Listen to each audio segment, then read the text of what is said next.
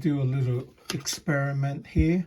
I have the Hypertough 5774 half-inch impact drill, and I'm just going to check to see what's the amp draw of the drill when it's just running without a load, without actually drilling.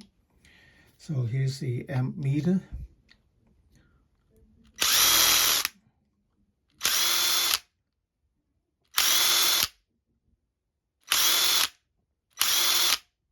So you can see about 16 amps, as much as 16 amps.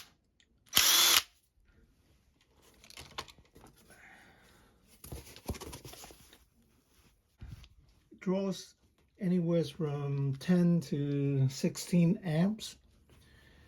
And this is with my DIY battery pack.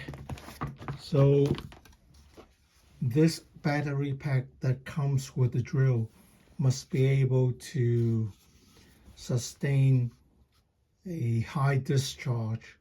So these batteries probably can do like 10C easily. Otherwise it wouldn't be able to run this drill here.